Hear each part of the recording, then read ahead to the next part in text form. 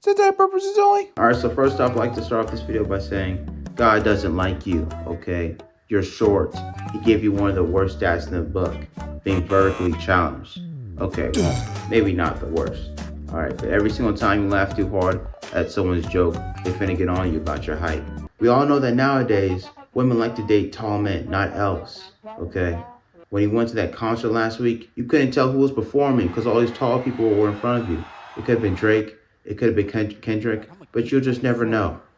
You know, I once heard a woman say that short men don't deserve rights. Like, who the hell says that? But God wanted you to focus on one thing, and that's not your personality or ability to dress better. That's calisthenics.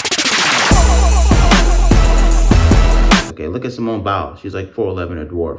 All right, and she's great at gymnastics. Calisthenics is a lot easier for the shorter guys versus taller guys because the lever arms are a lot shorter and your body weight's a lot less. Take, for example, the front lever. There's gonna be a lot more reflection required during the front lever for a taller person versus a shorter person. Meaning that a taller person is gonna require more energy to do the same amount of movement.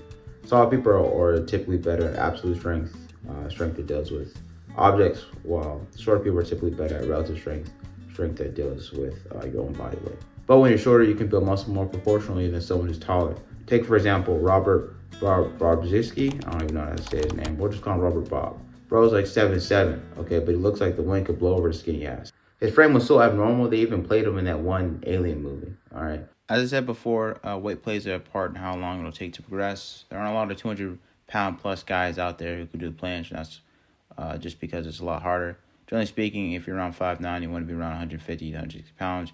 If you're shorter, it's going to be a smaller weight, larger, bigger weight.